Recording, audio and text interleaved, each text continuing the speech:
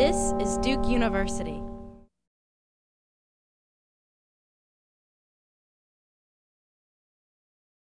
In high school, I noticed that a lot of my peers would often talk about things like Laguna Beach or sort of whatever was trendy, and there were a lot of issues going on throughout the world, like the genocide in Sudan and other things. So I realized students can't actually do something about it unless they know what it is and what they can do.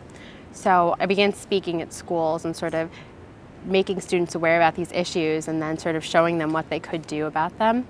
And that sort of escalated, and by the time I was 16, we made it into a nonprofit organization called Discover Worlds. Discover Worlds empowers high school students around the globe through grants and presentations.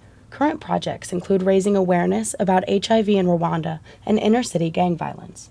I sort of realized the magnitude and sort of how it snowballed when I started getting calls from these huge conferences, and they're saying, we've heard of you and we'd love for you to come and present.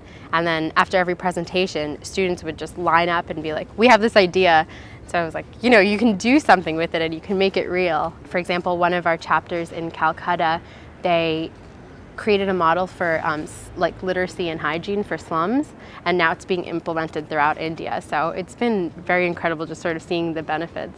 I created my own major. It's called neuroeconomics, and so I sort of use neuroscience to explain a lot of decision making in consumer psychology and game theory and things like that. So it's been incredible that Duke allowed me to do that, I'm able to take all these different disciplines and connect them. With neuroeconomics, I look a lot at sort of various incentives people use that sway their decision making. So I've been applying that a lot to the developing world, and how do you get people to send their kids to school if they have farming that needs to be done and things like that. So I'm really excited for once I start working or go into these various countries and have these development plans, how I can use behavioral economics and everything that I've studied.